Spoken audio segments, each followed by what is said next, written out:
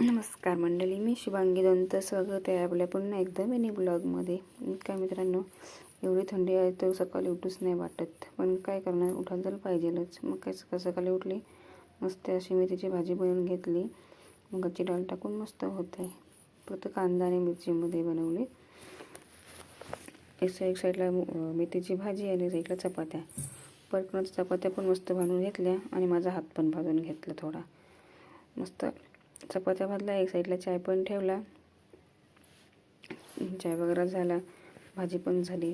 आंघोळीला पाणी गरम करत ठेवला. चिवच्या पप्पांचा टिफिन वगैरे भरून दिला आणि त्यांना चाय पण दिली. म्हटलं घ्या, पाणी गरम होईस तोपर्यंत पटकन भांडी पण सगळी आवरून घेतली. भांडी वगैरे घासली आणि मी पण झालो मस्त फ्रेश.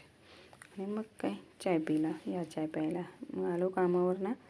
मस्त चिवची आंघोळी वगैरे झाली आणि बनवायचा होता या जांडा राईस. मी त्याचीच सगळी तयारी केली. मग जास्त ना, तर 2च अंड्यांची एकटीच होती, चिवा आणि मी. मग काय थोडाच बनवला, मस्त झाला होता. वा वा वा. आणि आमच्या चिवताई बघा मस्त, तिला पण एक अंडा बॉईल करून दिला होता आणि राईस दिला होता. तिला पण असं मस्त, तिला नुसतं नॉनव्हेज लागते खायला. आणि मी पण बसले जेवायला. चला तर म्हणले बाय, भेटूया नेक्स्ट ब्लॉग्समध्ये.